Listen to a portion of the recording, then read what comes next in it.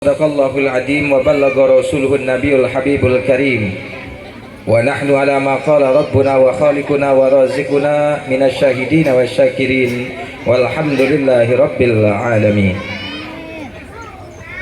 Ahibba'il kiram fa ya ibadallah wa ya ummatal islam wa ya khurrasal aqidah fi hadhil munasabatis sa'idah wa fi hadhihi sa'atil mubarakah. La ansa an usikum jami'an wa nafsi bitaqwallah wa bita'ati Rasulillah sallallahu alaihi wasallam.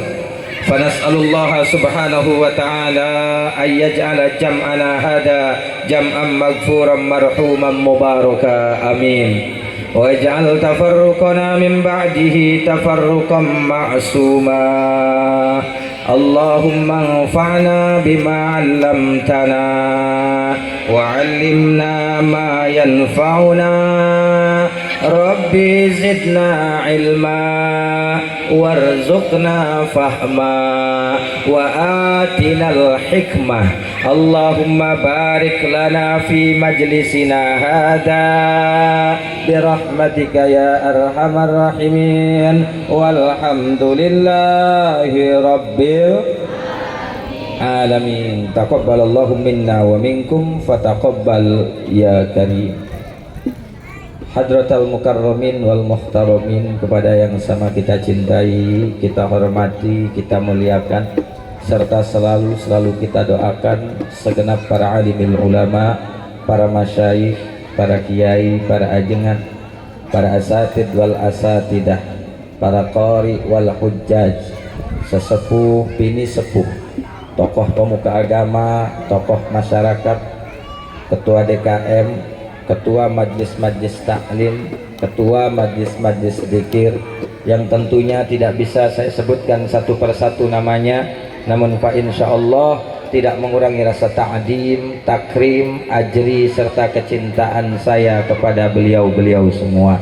Mari kita sama doakan mudah-mudahan segenap para alim ulama, para kiai kita selalu dan senantiasa diberikan kekuatan istiqamah di jalan Allah, diberkahi dalam setiap langkah perjuangan dakwahnya, disehatkan badannya, dimanfaatkan ilmunya, dipanjangkan umurnya, dimanfaatkan ilmunya, serta diberikan kebahagiaan dari dunia hingga akhirat. Amin ya Allah ya Rabbal alamin. Selanjutnya salam penghormatan ini saya sampaikan kepada segenap aparatur pemerintahan, wabil khusus sahibil wilayah, RT ataupun yang mewakili, juga RW-nya beserta seluruh perangkat dan jajaran, yang mana sudah kita maklumi bersama bahwa mereka semua segenap aparat, birokrat, pejabat dari mulai tingkat bawah hingga tingkat atas adalah umarok kita, adalah pemimpin kita, yang mana kita juga mesti doakan mereka semua.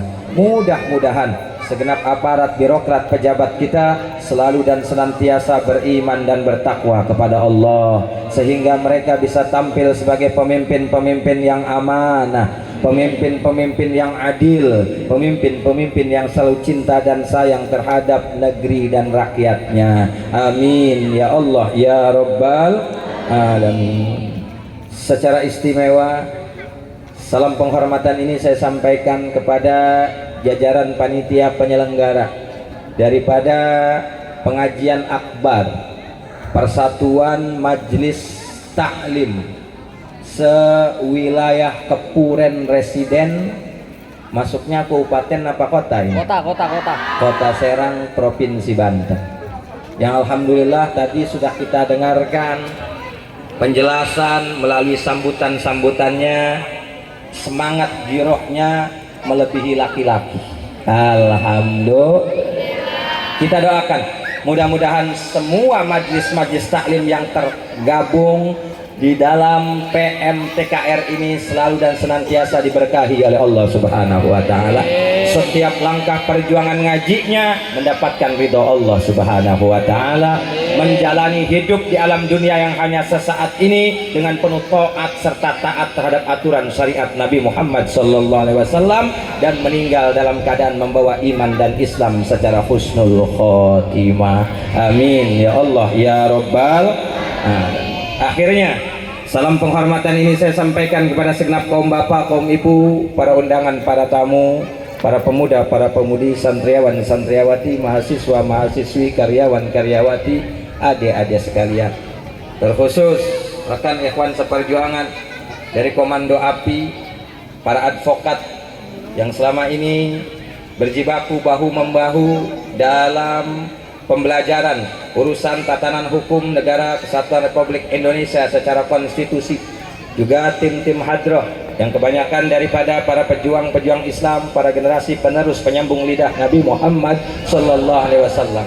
Mudah-mudahan hadirnya kita semua pada kesempatan pagi menjelang siang hari ini dijadikan sababiyah serta wasilah diturunkannya rahmat serta magfirah dari Allah Subhanahu wa taala, sehingga kita tidaklah pulang dari tempat ini kecuali dosa-dosa kita telah diampuni oleh Allah Subhanahu wa taala, baik dosa yang besar ataupun dosa yang kecil, dosa yang disengaja ataupun yang tidak disengaja, Allah lebur menjadi satu kebaikan berkat hadirnya kita di majlis-majlis pengajian, majlis peninggalan baginda Nabi Muhammad Sallallahu Alaihi Wasallam, dan akhirnya kita pulang dari tempat ini menyandang gelar martabat pangkat martabat al-muttaqin yang kelak akan menempati surganya Allah, jannatahu jannatan naim, amin ya rabbal.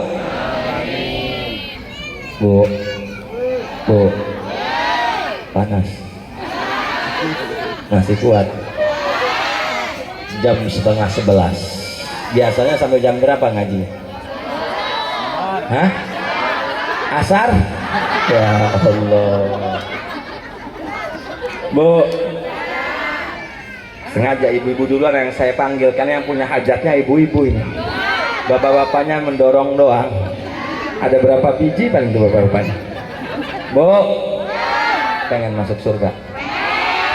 Pak, Pak, Pak pengacara pengen masuk surga? Iya, masuk surga sama palu-palunya. Semua yang ada di sini, insya Allah saya lihat dulu dari wajah-wajahnya nih. Walaupun sudah mulai rada memudar make upnya, insya Allah semua yang ada di sini masuk surganya Allah. Tapi ada tapinya. Apa tapinya? Masuknya belakangan. Nggak apa-apa, nggak apa-apa. Saya pastikan belakangan masuknya. Nggak apa-apa. Ada yang jawab mau rundingan dulu katanya. Ada yang protes di belakang tim hadroh. Kenapa Ustadz kok belakangan? Saya jawab, kalau duluan sombong namanya. Betul, betul. Kata Bapak Ketua DKM tadi, ngajinya alhamdulillah semua kompak. Tapi bapak-bapaknya belum bisa didorong, belum bisa ngisi masjid. Lah itu pengen duluan, pantas apa enggak? Pantas apa enggak? Pantas apa enggak? Kadang-kadang sholat subuhnya juga kalau hari libur ikut libur. Pantas apa enggak? Pantas apa enggak? Alhamdulillah rumasa. Bapak Ibu hadirin wal hadirat, kaum muslimin wal muslimat umat baginda Nabi Muhammad sallallahu alaihi wasallam. Tanamkan dalam hati sanubari yang amat sangat dalam sebagai rasa keimanan dan kecintaan bahwa manusia yang pertama kali masuk surganya Allah bukan orang kepuren residen. Jangankan yang nggak ngaji, yang aktif ngajinya juga nggak bakalan duluan masuk surganya. Bukan juga orang Serang, bukan pula orang Banten, bukan juga orang Indonesia, apalagi Cina dan Amerika. Terus timbul pertanyaan, kalau begitu siapa dong Ustadz yang paling duluan masuk surganya? Saya jawab, manusia tersebut adalah manusia pilihan Allah. Manusia tersebut adalah manusia yang nurnya diciptakan awal mula dan menjadi penyebab adanya alam raya. Manusia tersebut adalah manusia yang tadi daripada pembacaan maulid berjanji simturut durornya telah dibaca oleh kita semua. Manusia tersebut tidak lain dan tidak bukan kekasih kita semua, Nabi kita tercinta Sayyiduna Muhammad wa innahu awwalu mayyanziluha. Tadi kan dibaca sama bacaan doanya habis marhaba tadi. Cuman kitanya kadang-kadang yang kagak ngerti. wa innahu awwalu man yanjiluha. Allahumma bijahi nabiyyikal karim wa alihi wa ashabihi salikin. Tadi udah dibaca kan?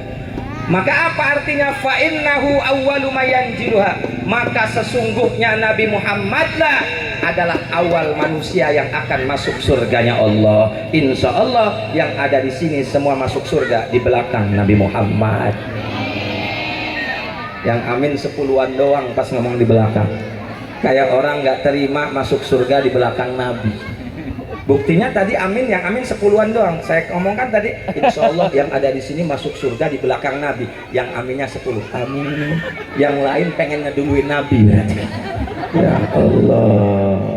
Bu, masa kita mau gini? Nabi-nabi, aku aja dong duluan. Kata Nabi, silahkan. Kenapa?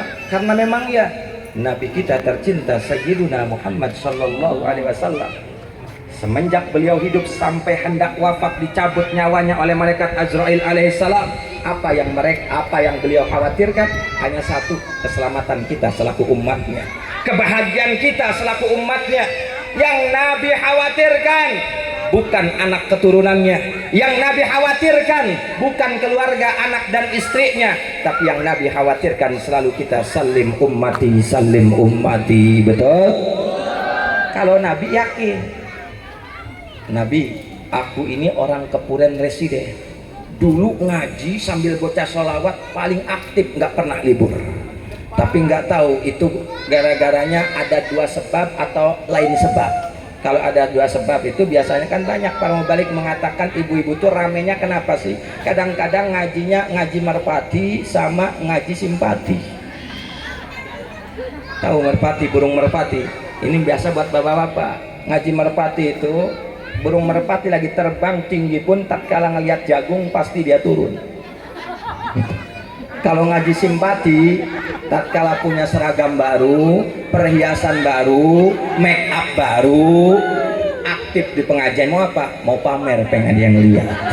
Mudah-mudahan semua yang di sini ngajinya karena ikhlas ridho lillahi ta'ala. Amin. Ya Allah, ya Rabbal.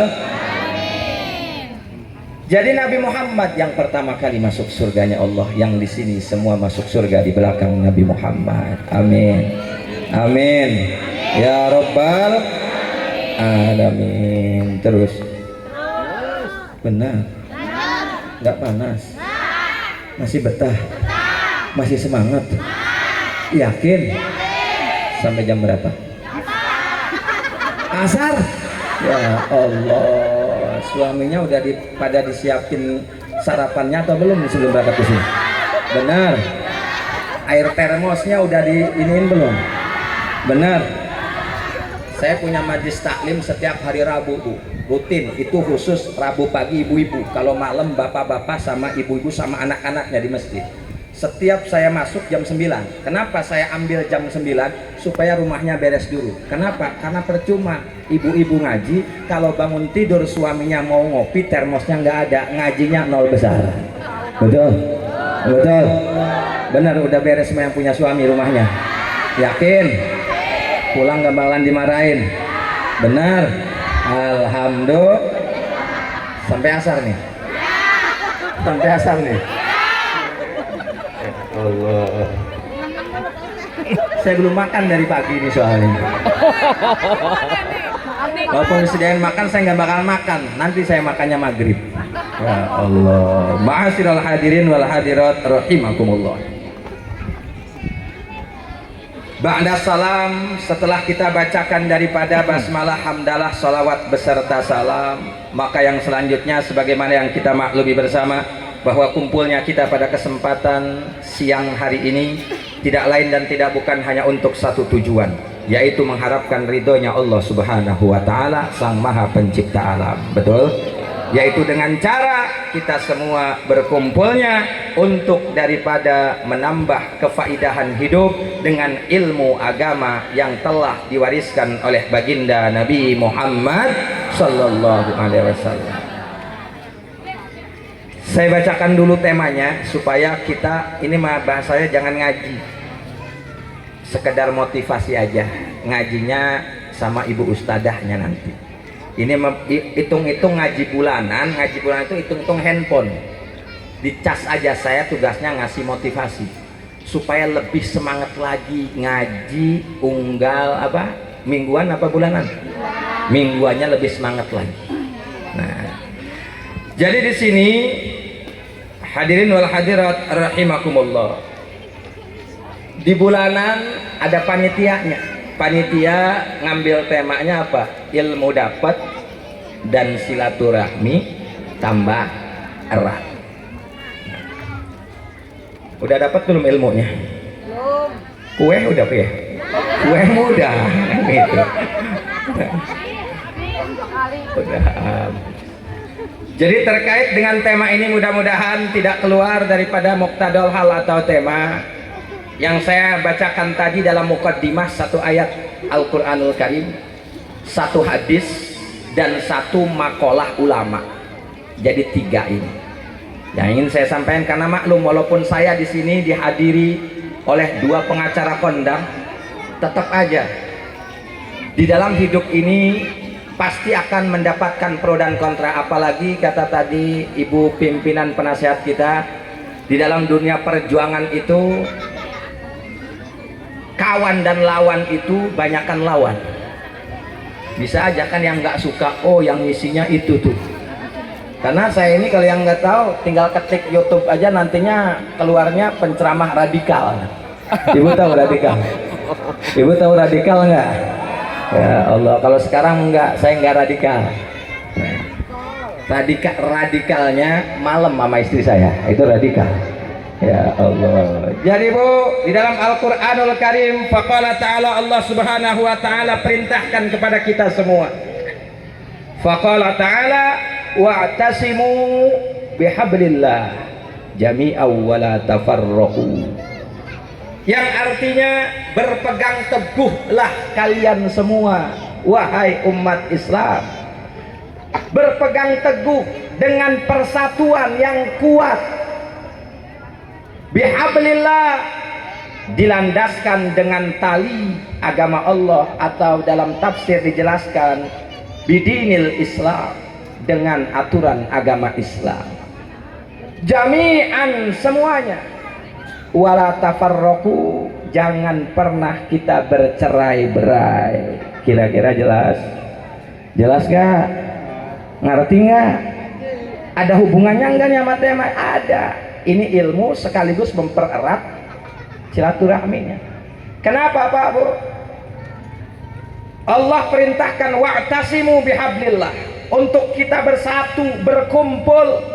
Tapi Allah nyatakan berkumpulnya kita harus bihablillah, harus dengan tali agama Allah.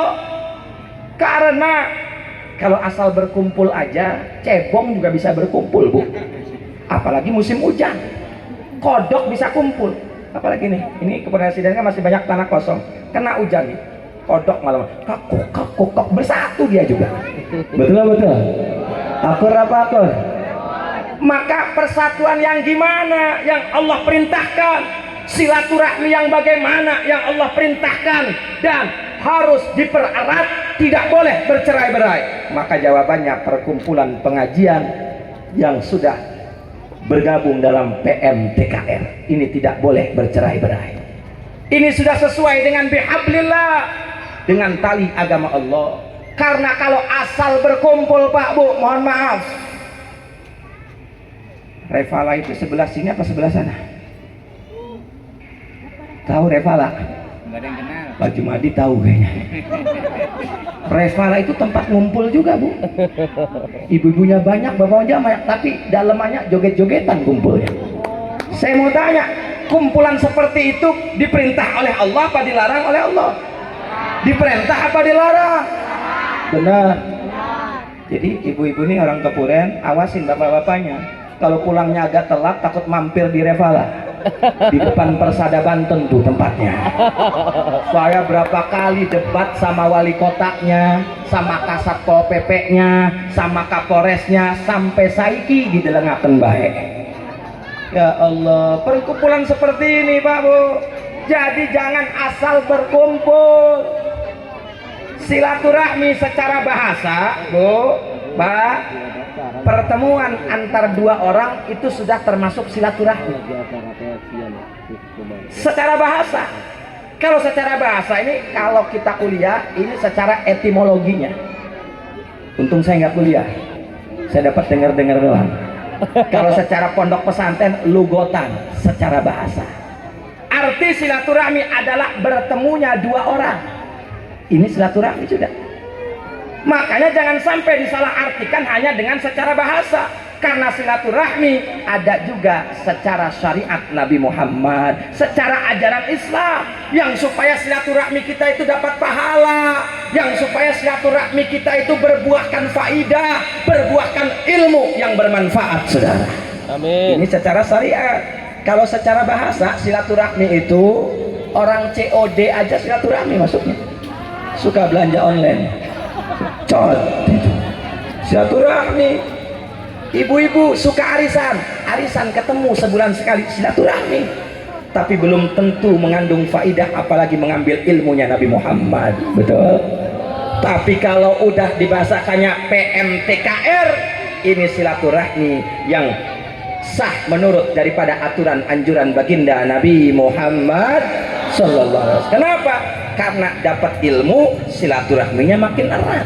Lah kalau arisan dapat kue dikocok, dapat uang juga, ilmunya belum tentu. Betul.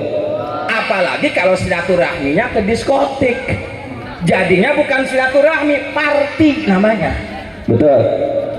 Jangan dianggap party kan kumpul-kumpul, Ustaz. Apakah party masuk silaturahmi? Tidak, karena dalam party terkandung unsur maksiat dan munkarat. Kira-kira sampai di sini jelas? Paham? Ngerti? Siap diamalin. Wahtasimu bihablillahi jami'aw wala tafarraqu. Hakikatnya ini majlis taklim yang sudah kita bangun, yang sudah kita jalankan, yang alhamdulillah dari berbagai majlis taklim macam-macam lagi, ada Darus Sofa, ada Khairun Nisa, ada lagi Hidayah, dan masih banyak lagi sudah kumpul. Jangan sampai bubar di tengah jalan, insya Allah. Bukan saya yang ngelarang, Allah yang ngelarang di ayat yang tadi, wala tafarraqu. Jika kalian semua sudah berkumpul dalam satu perkumpulan, yang mana di perkumpulan tersebut disebutkan nama Allah, disebutkan ajaran Nabi Muhammad, pertahankan perkumpulan tersebut, saudara. Betul? Jangan kalah sama partai-partai yang di sana. Ini udah mulai bersatu, ini udah mulai pada kumpul-kumpul. Kita dilarang politik identitas, mereka pakai kerudung 5 tahun sekali. Ada? Lihat aja di medsos. Kalau ada pejabat-pejabat perempuan sudah mulai pakai kerudung, berarti itu cirinya sudah dekat pemilu. Betul. Kalau di sini semuanya pakai kerudung semua kan? Mau pemilu mau nggak ke pemilu pakai kerudung semua. Alhamdulillah. Nah ini kan enaknya kalau di majelis taklim. Catatan pumpung saya ingat, pakai kerudung atau pakai jilbab itu bukan perintah Nabi. Bukan juga perintah kiai. Terus perintah siapa? Langsung perintah ilahi Robbi, langsung perintah Allah. Jadi jangan dianggap dosa kecil kalau nggak pakai kerudung, itu dosa besar. Kenapa? Karena dinas dalam Al-Quran. Lihat surat Al-Ahzab, saya lupa ayatnya, tapi bunyinya kayak begini. Faqala ta'ala, ya ayyuhan nabi kul li azwajika wa banatika wa nisa'il mu'minin yudnina min jalabibihinna. Sampaikan wahai Nabi, katakan wahai Rasul kepada istri-istrimu, kepada anak-anak perempuanmu, kepada seluruh perempuan yang sudah beriman kepadamu. Untuk apa? Yudnina min jalabibihinna, memakai jilbab. Itu Allah langsung. Oh jangan sampai kita dikira saya nggak ikut majlis taklim di Kepuren Residen, jadi saya nggak mau pakai kerudung. Yang pakai kerudung khusus jamaah pengajian aja. Atau oh saya bukan istrinya ustadz, jadi bebas nggak pakai kerudung juga. Saya sama suami sayanya pengacara, orang hukum, jadi saya nggak pakai kerudung. Aturan memakai kerudung itu adalah aturan Islam. aturan Al-Quran. Siapapun Anda, apapun pangkat dan jabatan serta pekerjaan Anda, selagi Anda wahai perempuan mengaku Islam, mengaku iman kepada Allah, iman kepada Al-Quran, iman kepada Rasul, wajib Anda pakai kerudung tatkala keluar rumah, saudara. Kalau di dalam rumah mah bebas, mau telanjang gak jadi masalah. Tapi sudah keluar rumah wajib. Kenapa? Karena dikhawatirkan ketemu dengan orang-orang laki-laki yang bukan mahramnya. Betul? Jelas? Paham? Begitu juga ibu-ibunya nih, kalau yang udah di majelis taklim udah paham, ajarkan juga ke anak perempuannya. Jangan sampai anak perempuan udah SMP itu udah balik, dibebasin gak pakai kerudung. Bahkan kalau bisa dari semenjak usia dini, belajar balonku ada 5 aja di PAUD sudah mulai. Kita mempelajari anak kita pakai kerudung nggak mulai-mulai. Ketemu besar nantinya, Bu panas Bu kalau pakai kerudung, banyak protesnya nantinya. Dimulai dari kecil, saudara. Betul. Nah, ini ilmu yang kadang-kadang di akhir zaman ini sepelekan. Sangkanya itu pakai kerudung itu budaya lah. Oh itu punyanya orang Arab lah. Bukan. Itu aturan Allah yang kalau kita studikan itu Quran 6666 ayat, isinya perintah sholat, perintah zakat, perintah puasa, termasuk perintah memakai jilbab. Itu pun dalam ayat terkandung. Kira-kira jelas? Paham? Ngerti? Insya Allah kalau berkumpul kayak begini tuh kita lanjutkan ke bacaan yang kedua sebagai landasan dasar atau referensi, atau kata orang santrinya dalilnya.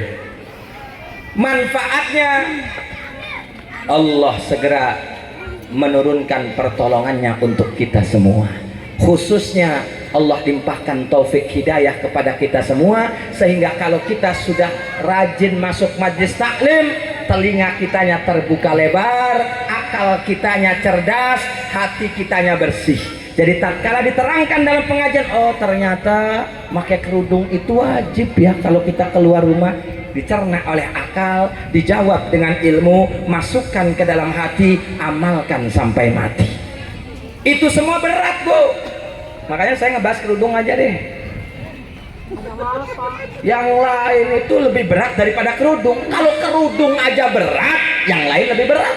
Tadi atensinya Bapak Ketua DKM, gimana supaya masjidnya rame sama bapak-bapaknya. Nah, jadi berat Pak Bu. Biasakan ini, jangan sampai mentang-mentang ke warung tetangga. Lah ke warung tetangga ini Ustadz nggak pakai kerudung ya nggak apa-apa. Kayak gini nih. Kadang-kadang kita udah mentang-mentang zaman Facebook semua dikomenin. Sampai perintah Allah aja dikomenin. Kata Allah pakai kerudung, titik, udah. Ini yang dikomen. Ya Allah, ngomong kasarnya, ke situ doang. Dekat ya Allah. Gak boleh walaupun dekat. Tatkala keluar dari rumah, yang dikhawatirkan daripada bertemu yang bukan muhrim kita, maka jilbab itu fungsi menutup aurat kita. Nah, kira-kira jelas apa belum? Siap pakai kerudungnya selalu? Benar. Yakin? Saya udah sampaikan, mau dipakai syukur, nggak dipakai saya mah syukur aja. Yang penting tanggung jawab saya di hadapan Allah sudah lepas. Kenapa? Karena seorang ulama, seorang ustadz, seorang ustadzah besok di alam akhirat bakal dimintai pertanggungjawaban oleh Allah Subhanahu wa Ta'ala. Apa kata Allah? Sudahkah kau sampaikan kepada mereka para jamaahku tentang aturanku, tentang hukum-hukumku? Apabila kau sudah sampaikan, mereka tidak mau mendengarmu, itu bukan salahmu. Tapi kalau kamu yang sudah aku berikan amanat sedikit ilmu, tidak kau sampaikan yang hak dan yang batil, yang halal dan yang haram, yang perintah, yang larangan, maka kau yang akan pertama kali memasuki nerakaku, kata Allah.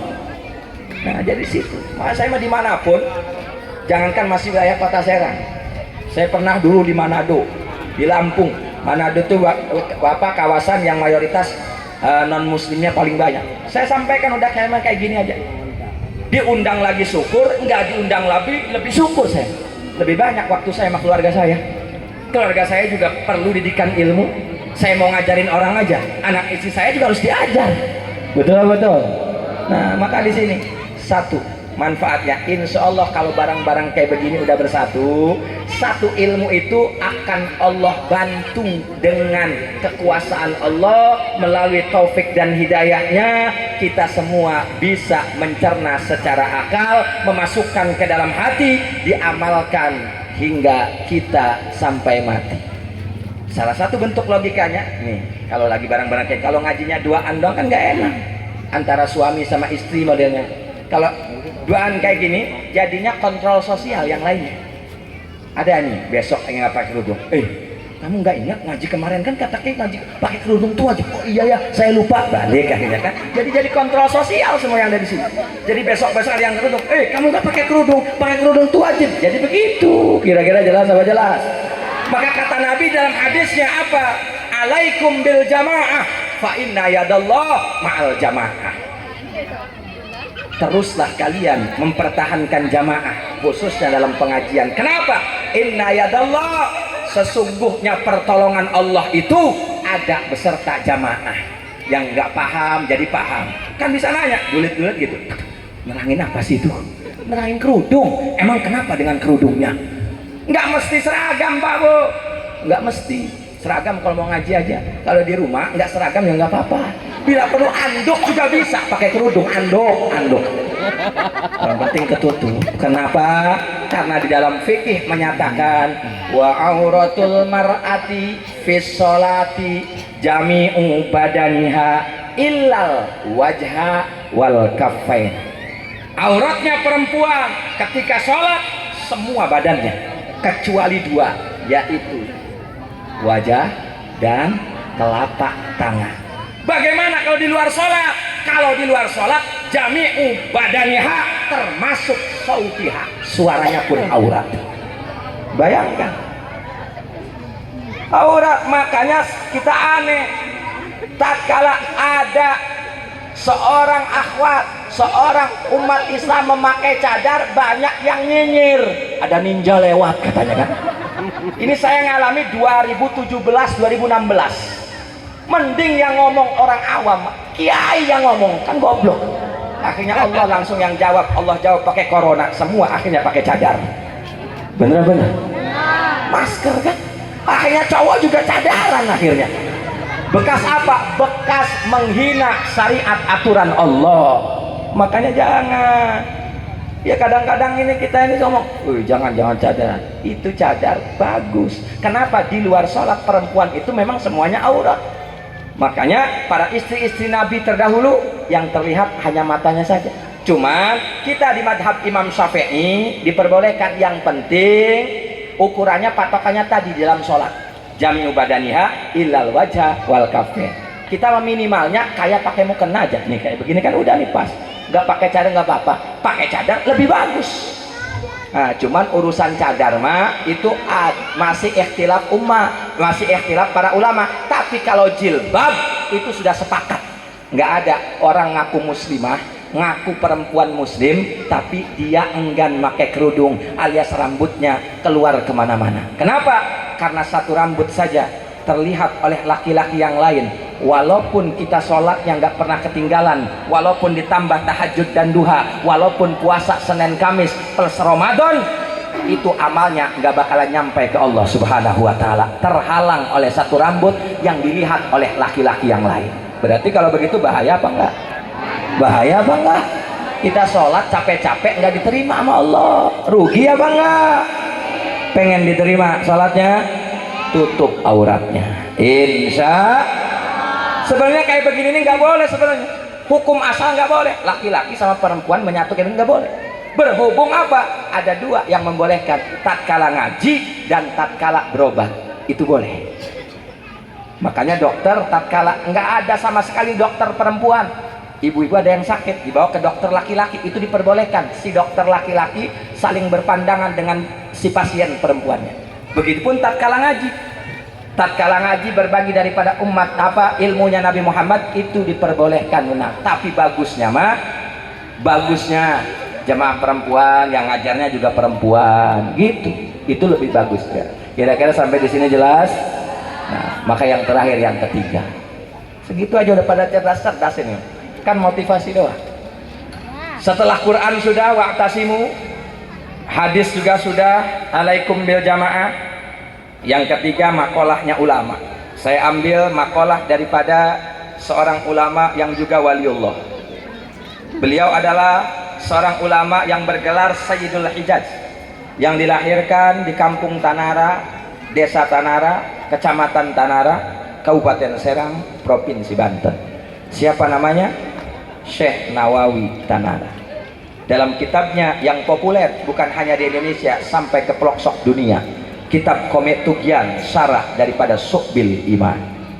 Ini tentang persatuan yang harus kita terus jaga. Tidak boleh kita mundur, apalagi berpisahan dengan jamaah tersebut.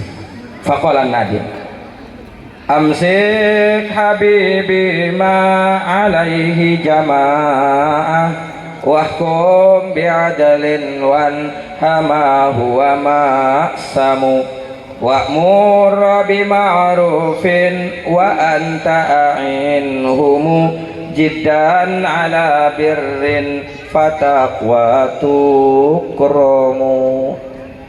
Amsik, berpegang teguhlah kalian, habibi, wahai kekasih-kekasihku, kata Syekh Jainuddin. Ma'alaihi jamaah, berpegang teguh alias ikut berkumpul dalam suatu jamaah. Nah, maka yang saya sampaikan tadi di awal, kalau asal berkumpul ibu bapak, kita ikut ormas juga kumpul, kita ikut partai juga berkumpul, kita ikut komunitas juga ikut berkumpul, sampai ikut geng motor juga kumpul. Menyaksikan gitu loh. Maka perkumpulan yang bagaimana yang harus kita ikuti, kelompok yang bagaimana yang harus kita ikut serta di dalamnya. Maka di sini dijelaskan oleh Syekh Jainuddin, amsik suaranya tuh kan kalau banyak gitu kan. Jamaah yang selalu mengajak kita berbuat kebaikan, jamaah yang selalu mengingatkan kita tatkala kita salah jalan, jamaah Jadi gini aja, yang selalu menjadi kontrol sosial kita tatkala kita sedang lalai. di tengah, posisi di tengah. Maka ketua TKN-nya. saya yakinkan jamaah yang seperti ini tidak lain dan tidak bukan adalah jamaah pengajian. Masuk ke dalam, apalagi sudah dipersatukan, khususnya di perumahan Kepuren Residen ada beberapa majlis taklim, ini yang disebut jamaah. Saya yakin nggak ada di majlis taklim yang mengajarkan untuk melawan kepada suami, nggak ada kan? Tadi ustadzahnya penasehatnya sudah ngomong kan, supaya kita semua tidak boleh ada yang ngelunjak sama suaminya. Makanya di situ diyakinkan kita masuk ke dalam referensi kepada dalil yang disampaikan oleh Syekh Jainuddin Syekh Nawawi, amsik habibi ma'alaihi jamaah, pegang kuat oleh kita suatu jamaah, yang mana jamaah ini selalu mengajarkan kita tentang manfaat hidup dengan berpegang teguh terhadap syariat ajaran agama, dan jamaah ini selalu menjadi kontrol kita, mengingatkan kita tatkala kita lalai dan lupa. Maka jawabannya jamaah seperti yang bagaimana Pak Ustadz? Jawabannya jamaah pengajian, khususnya yang ada di Kepuren Residen. Alhamdulillah. Bang, nunggu beres aja. Lebih spesifiknya lagi, dilanjutkan nadomannya, karena nadoman itu karya ulama yang bisa dilakukan. Jadi Bapak Ibu, jamaah yang mengajak kita, yang mengajarkan kita untuk selalu menegakkan hukum yang adil. Dilanjutkan tadi wahkum bi'adlin. Nah, jadi ibu bapak mohon maaf kalau pengajian saya yakin 100% semuanya belajar ilmu dan semuanya diharapkan oleh ustadz kiainya supaya menegakkan keadilan. Jadi ini bukan hanya untuk para pengacara ini.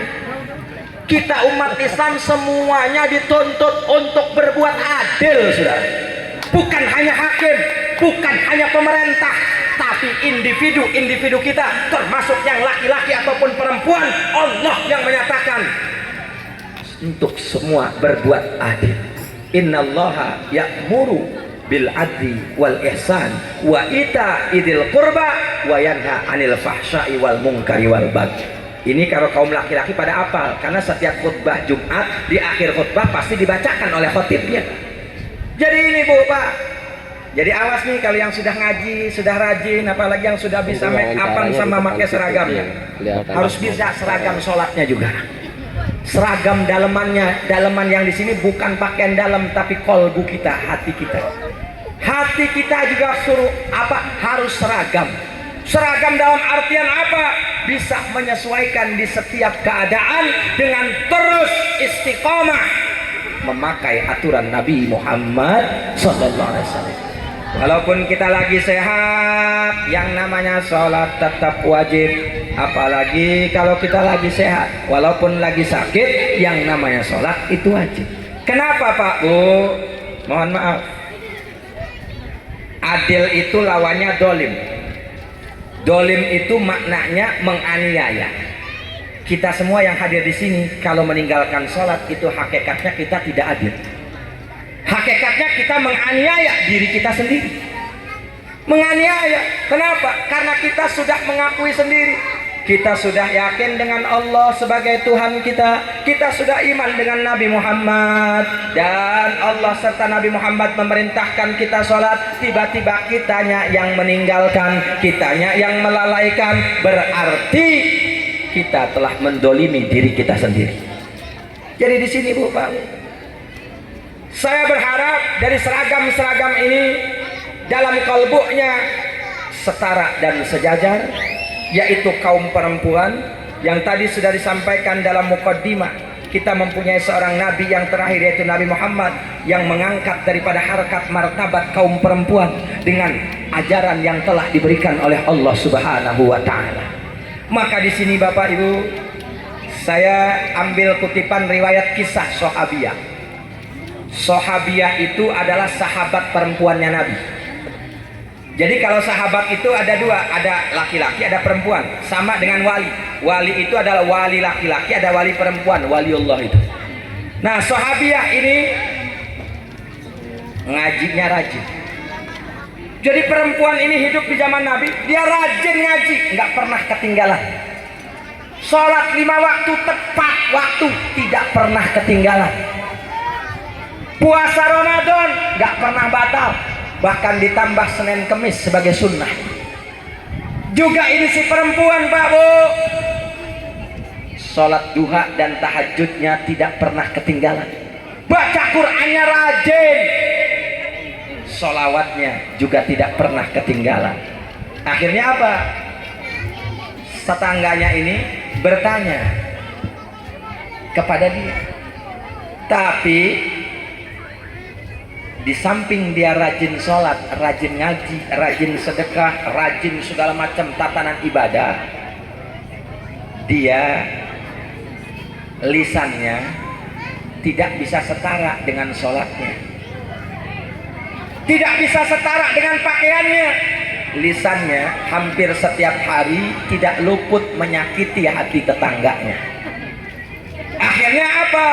Ada sahabat yang bertanya kepada Nabi, wahai Rasulullah, saat itu Nabi masih ada. Nanya, wahai Rasul, aku ingin bertanya, kau ingin mempertanyakan apa? Kata Rasulullah, aku punya tetangga. Tetanggaku ini perempuan. Dia rajin ngajinya, pakai seragam, pakai busana muslim, sholatnya juga rajin wahai Rasul, puasanya juga rajin, ibadah yang lain pun dia rajin. Tapi satu ya Rasulullah, kekurangannya apa? Setiap pagi tidak luput dari lisannya tetangga tersakiti. Bagaimana dengan seperti itu wahai Rasul? Ada seorang perempuan muslim, rajin ngajinya, rajin sholatnya, tapi rajin juga menyakiti hati tetangganya. Bagaimana dengan yang seperti itu? Apa jawab Rasul? La khaira fiha, tidak ada kebaikan di dalam dirinya. Walau sholat wasoma, walaupun dia sholat, walaupun dia puasa. Kira-kira jelas? Mudah-mudahan kita semua yang ada di sini nggak masuk kayak yang tadi. Artinya apa? Ngajinya nggak difungsikan, ngajinya hanya sebatas seragam. Banyak kadang-kadang, mohon maaf ibu-ibu, kadang ya kata Bapak Ketua DKM tadi, ini kita laki-laki kadang cemburu dengan kekompakan ibu-ibu. Tapi sayang seribu sayang, ngaji fokusnya cuma 5 menit kadang-kadang. Selebihnya ngobrol sama yang di sampingnya. Us ngobrol itu ketemu aja ibu-ibu mah. Kemarin loh saya dari sana. Kemarin lagi saya ada barang baru loh. Lihat di online gak lihat kayaknya bawa handphone lihat lagi. Ustadahnya mau ngoceh, jemaahnya mau kemana? Waktunya pulang, udah waktunya pulang. Sholawatan bareng pulang. Jadi pantas yang kayak sahabat, saya nggak ngomong orang sini loh ya. Saya lagi nyeritain orang zaman dulu. Segitu zaman dulu, zaman Nabi belum ada HP, belum ada seragam kayak begini, belum ada fasilitas yang ada di saat ini. Itu masih sempet-sempetnya ngajinya nggak fokus, apalagi sekarang. Pengumuman ngaji lewat WA grup. Akhirnya saat lagi ngaji juga di WA grup. Ustadznya datang nggak ya? Udah datang pada anak. Ini ngebahas apa ya? Di grup. Nah, jadi di sini nih, jangan sampai kita masuk kayak yang tadi, la khairu fiha. Tidak ada kebaikan dalam ngaji kita, tidak ada kebaikan dalam pengamalan ibadah kita. Rugi bu. Udah mau panas nggak dapat apa-apa. Udah mau make upan tebel, dapat lunturnya doang. Makanya tanamkan apa tema saat ini supaya ilmu dapat, silaturahmi tambah erat. Ilmu tadi yang sudah saya sampaikan banyak. Ingat, benar. Kalau saya ngajar di sana di tempat saya, ibu-ibu, saya kasih ulangan juga, ada imtihan. Setelah 1 bulan tuh 4 kali Rabu ya, saya biasa Rabu. Jadi Rabu terakhir itu saya kasih ulangan. Pembahasan saya dari Rabu pertama, kedua, ketiga, di keempat itu saya kasih pertanyaan, suruh jawab semua. Saya kasih PR. Iya kan? Ibu-ibu nggak serius kalau nggak dikasih PR. Kadang-kadang ngajinya ikut-ikutan doang. Ada yang ngajinya karena nggak enak sama tetangga. Ngaji kok nggak enak? Jangan ngaji, ini kewajiban. Tadi saya sampaikan, menuntut ilmu itu adalah perintah. Karena apa? Karena mustahil kita bisa ibadah kalau kita tidak ngaji. Mustahil kita bisa tahu arkanul wudu, arkanul sholat, kita bisa tahu tentang akhlak dan adab, apalagi kaum perempuan, tanpa kita hadir di majlis-majlis ilmu. Betul?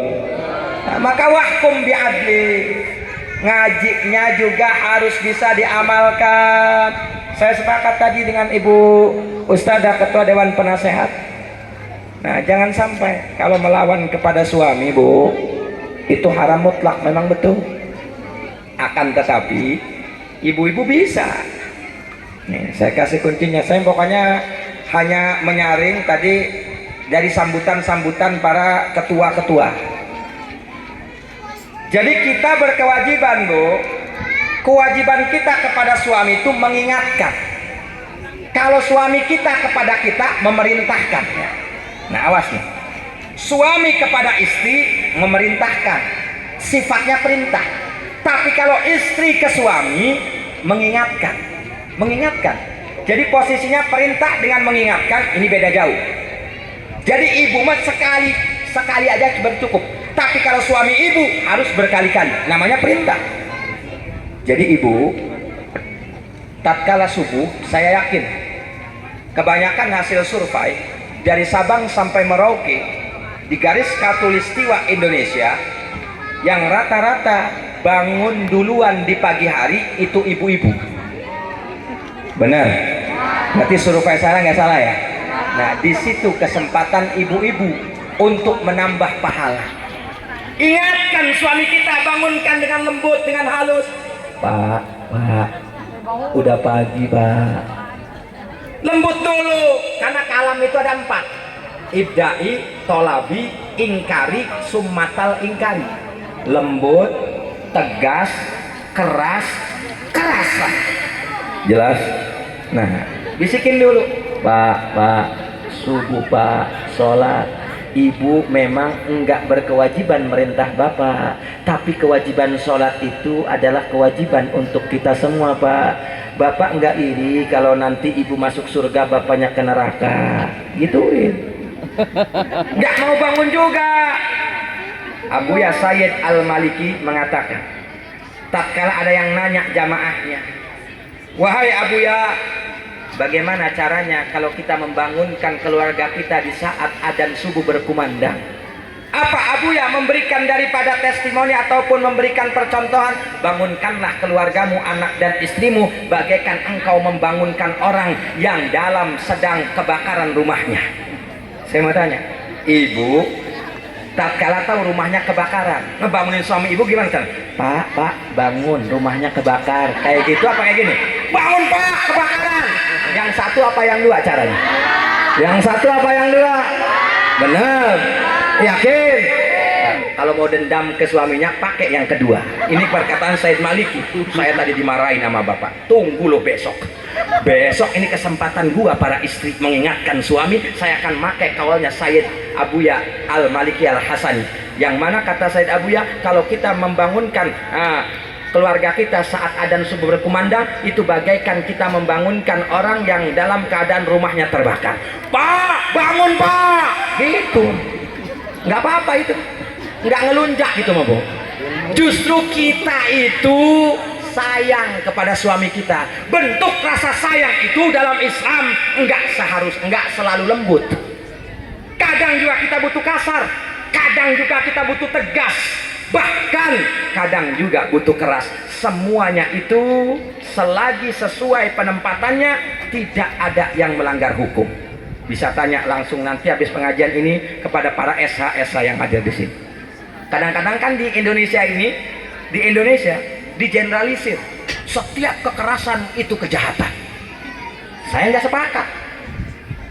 Kenapa? Karena dalam Islam ada kekerasan. Contoh, kita sebagai orang tua tatkala punya anak umur 7 tahun wajib kita marahi. Tatkala anak kita nggak mau ngaji fikih, nggak mau ngaji rukunan wudu, rukunan sholat, wajib kita marahi. Marahnya kita kepada anak kita dengan keras itu bukan kita jahat kepada anak, tapi kita sayang kepada anak. Betul? Jadi tidak setiap kekerasan itu kejahatan, tapi setiap kejahatan sudah pasti itu kriminal.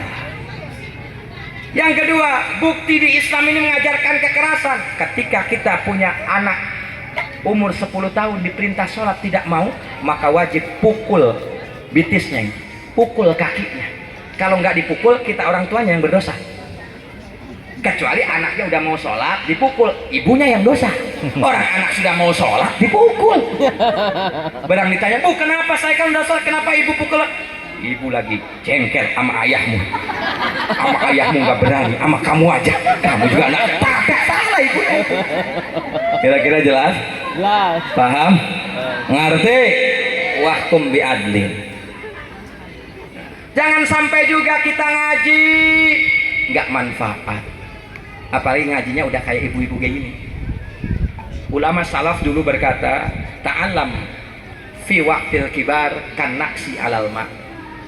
Ngaji di waktu udah umur dewasa, udah dipanggil ibu, itu bagaikan mengukir di atas air. Mudah gampang bikin alif bisa di air.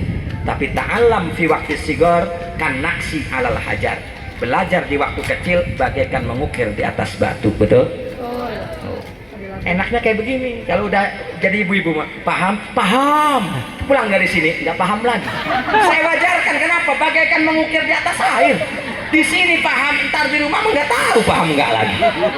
Mama juga nulis di atas air, mudah ditulisnya, mudah juga hilangnya. Betul? Betul?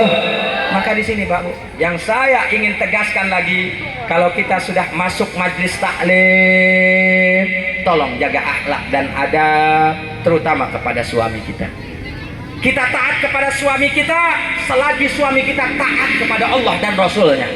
Makanya, mohon maaf, saya juga survei dari Sabang sampai Merauke, banyak terjadi gugatan perceraian di pengadilan agama.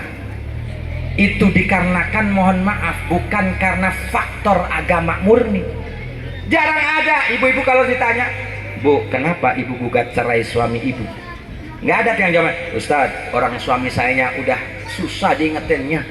Suami saya udah nggak mau sholat, nggak mau ngaji, kerjaannya mainnya judi, main perempuan, zina. Nggak ada yang kayak begitu. Jarang. Semuanya jawaban rata-rata satu. Kenapa minta gugat cerai? Suami saya sudah tidak bisa memberikan nafkah. Jangankan uang, beli bedak FIFA aja sudah nggak kebeli. 100 tuh. Nah, jadi intinya gara-gara ekonomi. Ya Allah, ya Rob. Kalau hanya urusan itu, Bu, mohon maaf, pilihlah sabar dengan full. Jangan gampang-gampang gugat cerai karena kurangnya nafkah. Ibu boleh gugat cerai tak kalah satu, suami kita udah parah melanggar hukum Nabi Muhammadnya. Satu, sudah KDART tanpa alasan, sudah melakukan kekerasan tanpa alasan, sudah tidak lagi diingatkan tentang ibadah, dia tidak mau, baru gugat cerai. Pak, Bapak ini sudah saya ingatkan suruh sholat nggak mau. Ibu mohon maaf Pak ya, udah capek ingetin Bapak. Ibu nggak mau masuk neraka bareng Bapak, ibu minta cerai saja. Itu nggak apa-apa. Kenapa? Karena sudah keterlaluan maksiatnya. Dia sudah nggak sholat, dia sudah nggak mau ngaji, dia kerjaannya selalu judi, dia kerjaannya selalu mabok, narkoba, segala macam. Diingetin, disabarin sama kita, kitanya nggak sabar sebagai istri, nggak jadi masalah, gugat cerai. Tapi kalau masih gara-garanya nggak kebeli bedak, berarti cintanya palsu. Berarti cintanya ke suami kita bukan cinta dari ujung rambut sampai ujung jempol kakinya, tapi hanya cinta yang ada di dalam dompetnya. Sudah jelas apa jelas? Paham apa paham? Terus lagi, tatkala kita di majelis taklim, wanhama huwa ma'samu, kita harus bisa mencegah daripada suatu kemunkaran, kemaksiatan. Jadi mencegah kemaksiatan itu kewajiban bagi pribadi-pribadi, terutama yang sudah jadi ibu, sudah jadi bapak. Jadi nahi munkar.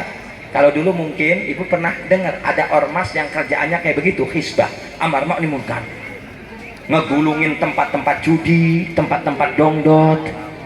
Nah, sebenarnya ini kewajibannya bukan kewajiban kita saja kelompok, tapi kewajiban semua. Bapak dan ibu terutamanya. Seorang bapak wajib nahi munkar, mencegah istrinya tatkala berbuat kemunkaran. Seorang bapak harus mempunyai rasa cemburu yang besar tatkala ada sang istri keluar rumah tidak pakai kerudung alias buka aurat. Mohon maaf mohon maaf Bu, bapak cemburu kalau rambut ibu dilihat sama laki-laki lain. Ibu harus pakai kerudung. Ini mah enggak ibunya. Kadang-kadang bapaknya yang diatur sama ibu. Apa sih Pak? Protes mulu. Udah diam aja. Ibu mau berangkat nih. Diam itu bapaknya. Ya Allah. Secara akhlak adab, mohon maaf Bu, Nabi Muhammad mengajarkan ibarat volume HP. Suara suami ibu volumenya 5, itu ibu mesti 4 volumenya. Kadang-kadang volume suaminya 5, volume suara istrinya 10. Kata bapaknya, Bu, bikinin kopi dong. Apa sih kopi-kopi? Lebih tinggi daripada suara suaminya. Ada yang begitu? Ada yang begitu? Saya bawa ke dokter THT. Allah. Wanhama huwa ma'samu, cegah Bu diri ibu dari kemunkaran. Suara ninggin suami aja itu munkar, itu maksiat, tidak boleh dilakukan. Lebih-lebih lagi, ada tetangganya habis dapat rezeki dari Allah, kitanya kena penyakit hasud. Ngaji mengaji, hasud menghasud, jojong baik. Tetangganya beli kulkas, yang jadi korban suaminya. Harusnya ada tetangga kita beli kulkas, kitanya ikut seneng, ikut adem. Jangan ini tetangganya beli kulkas, kitanya yang panas. Ada yang gitu? Ada yang gitu? Yang jadi korban suaminya. Kapan? Tuh tetangga udah beli yang baru lagi. Suami dihantemin. Udah tahu suaminya apa penghasilannya sehari cuma 100.000. Lah ini pengeluaran istrinya nggak kira-kira 500.000. Orang gila juga sadar duluan. Ya Allah, kira-kira jelas. Jadi ngaji itu bukan hanya untuk sholat, untuk puasa, untuk ibadah, yang lain, termasuk ibadah akhlak dalam kehidupan berumah tangga. Kita harus sesuaikan loh. Menteri Keuangan Indonesia ini nggak ganti-ganti, selalu perempuan. Maka ibu harus menjadi lebih cerdas daripada Menteri Keuangan Republik Indonesia. Jadi supaya ibu bisa mengatur daripada penghasilan sang ayah, jangan sampai melihat ke atas. Kalau kita sudah tahu penghasilan suami kita segini, terus kuncinya gimana Ustadz supaya kita tetap adem? Ketika kita lihat tetangga kita pangkatnya semakin hari semakin naik, kita ini intinya kalah pangkat sama tetangga kita, maka kita tidak boleh kalah rokaat. Jelas? Tetangga kita pangkatnya naik, maka kita rokaatnya harus naik. Jangan kecreknya yang naik. Udah naik lagi aja jabatan, kecek melulu sampai lupa sholat kayak begitu. Harusnya kalau kita nggak mampu, gua nggak mampu nih karena gua kan nggak kerja, jadi gua nggak bakalan naik pangkat. Oh, gua ada yang bisa nih apa? Naikkan rokaat. Biasanya dohor 4 doang, tambah supaya 8. Qobliyah dan ba'diyah. Qobliyah 2 rokaat, ba'diyah 2 rokaat. Naik rokaat kita. Kita kalah dunia sama tetangga kita. Kita jangan sampai kalah doa. Doa kepada Allah. Terus ini kadang-kadang enggak kalah semuanya kita. Tetangga udah ini gara-gara apa? Gara-gara kitanya rokaatnya segitu-gitu aja. Makanya disinilah daripada salah satu manfaatnya ngaji. Kira-kira jelas? Paham? Akhlak adab suami, istri ataupun antar tetangga itu banyak sekali dibahas dalam kitab-kitab salafun sholih. Nggak bakalan cukup waktu kita kalau hanya 1 jam 2 jam, walaupun sampai pagi lagi pun nggak bakalan cukup. Makanya kenapa Rasulullah menganjurkan dan mewajibkan ngaji itu wajibnya sampai mati, karena saking banyaknya aturan Islam. Masih banyak lagi Pak Bu, aturan Islam ini banyak. Makanya jangan sampai mentang-mentang sekarang zamannya zaman TikTok. Akhirnya nanya, kenapa sih ya kita masuk agama Islam itu banyak aturannya? Segini diatur, yang ini juga diatur, ada halal, ada haram, sampai mau masuk ke kamar mandi juga ada aturannya. Maka saya mah jawabnya singkat. Kalau ada orang yang ngomong kenapa sih hidup kita dalam Islam ini banyak aturan? Ya, karena kita sebagai manusia banyak maunya. Jelas? Maka kalau orang sudah banyak maunya, harus diatur dengan banyaknya aturan. Bahaya kalau udah banyak maunya nggak ada aturan, akhirnya menghalalkan segala cara yang haram, ya antem aja nanti. Ini aturan Bu.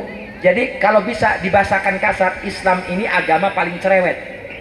Agama paling cerewet, melebihin Facebook. Dan kadang-kadang kita yang melebihin Facebook komen juga sama aturan Islam. Nih, saya kasih contoh mana agama Islam itu cerewet. Mau masuk kamar mandi aja Islam komen. Islam ngasih aturan, umat Islam disunahkan oleh Nabi kalau masuk kamar mandi kaki kiri dulu, diatur.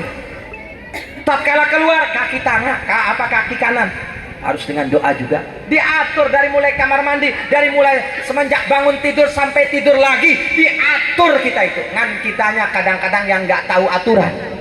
Kenapa kita nggak tahu aturan? Kitanya males ngaji. Ada yang rajin ngaji, ngajinya yang fokus 5 menit doang, selebihnya ngobrol. Jadinya aturan nggak masuk ke dalam akal pikiran. Jadi Islam ini banyak aturan Pak Bu. Kalau kita mentaati itu semua, insya Allah hidup kita bakal barokah, bakal bahagia dari dunia hingga akhirat. Kenapa? Karena setiap yang diatur oleh Allah, setiap yang diatur oleh Rasulullah, pasti itu menguntungkan untuk kita, mustahil merugikan. Mustahil merugikan Bu. Makanya di sini ngaji itu diwajibkannya sampai mati. Karena banyak aturan-aturan dalam agama ini. Apalagi kita masuk ke dalam fase akhir zaman. Kita ini bagiannya bagian umat akhir zaman, yang kita dihadapkan oleh teknologi, dihadapkan oleh sesuatu yang tidak ada di zaman Nabi, sesuatu daripada kecanggihan, dalam urusan teknologi, kendaraan, segala macam. Makanya kadang-kadang kita di umat akhir zaman ini kadang perlu bersyukur, kadang juga perlu kita mawas diri berpikir. Kita ini kadang melebihi ekonominya, sudah melebihi ekonominya Nabi. Bayangkan, Nabi kita saja Pak Bu, makhluk pilihan Allah, yang mana kalau Nabi ini minta apa saja kepada Allah pasti dituruti sama Allah. Tapi lihat dalam kisahnya, tatkala Sayyidatuna Khadijah wafat menikah dengan Sayyidatuna Aisyah, diriwayatkan Sayyidatuna Aisyah itu tatkala menambal jubahnya Nabi, itu jarumnya jatuh ke lantai rumah Nabi. Itu jarum tidak bisa dicari lagi. Kenapa? Karena lantai rumahnya Nabi pasir. Lantai rumah kita apa? Ada yang masih pasir? Ada yang masih pasir? Tidak ada. Nah, dari sini aja sudah jelas. Kadang kita merasanya miskin aja, tidak merasa cukup akan pemberian Allah, yang padahal saat ini tidak ada orang yang miskin, saudara. Yang ada juga orang yang malas. Begitupun tidak ada orang yang tidak cerdas alias bodoh. Ada juga orang yang malas. Gara-gara malas jadi miskin, gara-gara malas jadi bodoh. Betul? Betul? Maka di sini Pak Bu, karena waktu juga yang sudah semakin siang, kipas-kipasnya sudah semakin kenceng, mengalahkan kipas-kipasnya tukang sate. Jadi mungkin ini harus disudahi kan. Jadi dari rangkaian tadi yang saya sampaikan, mudah-mudahan ilmu dan daripada silaturahmi yang semakin erat ini, yang wajib kita garis bawahi eratnya kita. Nih, sudah erat nih, antar majlis taklim, antar tetangga. Tolong keeratan ini dipakai dalam urusan kebaikan. Jangan dipakai untuk kelompok-kelompokan, apalagi untuk saling pamer, bermusuhan antara blok A dengan blok B, antara RT 1 dengan RT 2, itu dilarang. Makanya terakhir ayat yang akan saya sampaikan setelah kita bersatu wa'tasimu sebagai penutupnya, supaya kita amalkan bareng-bareng dan majlis ini yang tergabung ini semakin kuat persatuannya. Satu ayat Allah Subhanahu wa taala firmankan dalam Al-Qur'an, faqala ta'ala wa ta'awanu 'alal birri wat taqwa wa la ta'awanu 'alal ismi wal udwan. Tolong menolonglah kalian semua dalam urusan kebajikan dan ketakwaan, jangan tolong menolong dalam urusan dosa dan permusuhan. Saya sepakat sama sambutan yang dari siapa tadi? Ketua dari Darussofa Majelis Taklimnya, bahwa ini tuh bukan ajang untuk saling pamer, bukan ajang untuk saling daripada apa berlomba-lombanya yang akan mengakibatkan unsur persaingan. Walaupun persaingan dalam kebaikan saya maklumi, ibu-ibu itu dengan bapak-bapak bedanya jauh. Kalau bapak-bapak dikasih sama Allah 99% pemikiran, 1 syahwat nafsu. Kalau ibu-ibu kebalikannya, 99 nafsu, 1 pikiran. Jadi kalau udah nafsu, awas loh, giliran nanti majlis taklim gua liatin aja loh, gua kalahin itu yang kemarin. Nah, ada gitunya kadang-kadang, ini nggak bagus. Jelas? Kalau mau berlomba-lomba, mas tatok tuh, jangan dipaksakan. Insya saya amanat, pakai persatuan ini, amalkan persatuan yang sudah terjalin ini, silaturahmi yang sudah erat ini antar majelis taklim, dipakai untuk ta'awanu alal birri wat taqwa, untuk saling tolong menolong dalam kebajikan dan untuk menuju ketakwaan. Jangan sekali-kali dipakai ini persatuan untuk permusuhan dan dosa. Contohnya apa? Untuk rame-rame. Apa ini? Rame-ramenya ngadain hiburan, nggak boleh. Hiburan maksiat tentunya yang tidak boleh. Kalau hiburan ala kadar nggak jadi masalah, yang tidak melanggar daripada syariat Islam nggak jadi masalah. Pokoknya titik. Apalagi ini mau musim partai, jangan sampai mau dijual sama politik. Jangan, gunakan untuk daripada kebajikan dan menuju ketakwaan. Tak kala kita maupun mendukung nantinya, tapi dengan jangan dijual suaranya dengan uang, tapi dengan otentik, hitam di atas putih. Kami daripada Persatuan Majelis Taklim daripada Kepuren Residen siap mendukung siapapun yang siap nantinya menegakkan hukum Allah, menegakkan hukum Rasulullah di bumi negara kesatuan Republik Indonesia yang berdasarkan ketuhanan yang Maha Esa. Siap? Ini mah enggak wani piro kasih 100.000 5 tahun melarat cari minyak aja susah nantinya. Betul apa betul? Makanya nggak nyangka kalau begitu, karena kalau udah bersatu kayak begini biasanya nih di musim politik jadi incaran nih. Banyak calon. Itu di Kepuren Residen tuh udah bersatu, tinggal ini aja deketin aja ketuanya deketin. Dan benar-benar ketuanya selalu dikasih kekuatan istiqomah. Jangan sampai imanuhum fi amplopihim wa pulusihim. Betul. Betul. Bahaya kalau imanuhum fi amplopihim. Imannya hanya sekandel amplop. Akhirnya jemaahnya ada 10 bilangnya 100. Tenang aja Pak, jemaah saya ada 100. Itu ngedukung Bapak semua. Kali aja Pak, 100 kali 100 ribuan. Nah, padahal ada 10 orang. Nah jangan, pokoknya pergunakan ini persatuan kita untuk saling tolong menolong dalam urusan kebajikan dan ketakwaan. Salah satunya yang perlu kita amalkan dengan segera apa yang disampaikan oleh DKM tadi, saling tolong menolong untuk memakmurkan masjid. Bagaimana caranya? Para bapak-bapaknya semangat kembali ke masjid. Bisa kan dirayu sama ibu? Pak, tadi ibu ngaji loh Pak, bapak kan enggak. Hanya beberapa bapak doang yang ngaji Pak, ketua DKM, bapak pengacara, ada juga bapak ini pembina daripada DKM. Jadi gini Pak, ibu-ibu sebenarnya paling bisa bikin luluh lantah daripada prinsip egoisme seorang laki-laki. Tinggal gini aja, Pak, mau sholat berjamaah enggak? Kalau mau sholat berjamaah, ibu siap melayani bapak 24 jam non-stop. Betul. Ya Allah. Ibu janji kalau bapak mau sholat berjamaah di masjid rajin, rutin, ibu akan kasih selalu senyuman kepada bapak. Nah, dijanjin kayak begitu Pak, atau kayak gini dirayunya, Pak, ibu menadar, ini punya nadar. Kata suaminya, nadar apa Bu? Nadar kalau bapak sholat 5 waktunya di masjid semua, ibu bakal masak enak buat bapak. Bisa aja pokoknya. Nah itulah kesempatan para ibu untuk berdakwah, mengingatkan kepada para suaminya, dan insya Allah berbuah pahala sama dengan laki-laki yang menyampaikan hukum-hukum agama Allah. Kira-kira siap Bu? Siap persatuan ini untuk dijadikan daripada saling tolong menolong dalam urusan kebaikan? Betul? Bukan untuk sekadar ajang pamer. Siap? Betul? Alhamdulillah, walaupun masih separuh yang jawab siap, yang lainnya belum pada siap. Mudah-mudahan sedikit demi sedikit Allah langsung bersihkan hati kita semua. Sebelum ditutup doa, yuk kita sama-sama daripada munajat, supaya nanti tatkala dibacakan doa, munajat ini sudah menghantarkan daripada doa untuk menembus langit sehingga nyampe ke hadirat Allah Subhanahu wa taala, dan apa yang kita cita-citakan Allah kabulkan semuanya. Amin. Dan kita semua dilindungi dari segala macam mara bahaya, keluarga kita, suami kita, istri kita, anak-anak kita, semuanya selalu dan senantiasa dijaga serta istiqomah dalam iman dan Islam untuk agama Allah dan Rasulullah.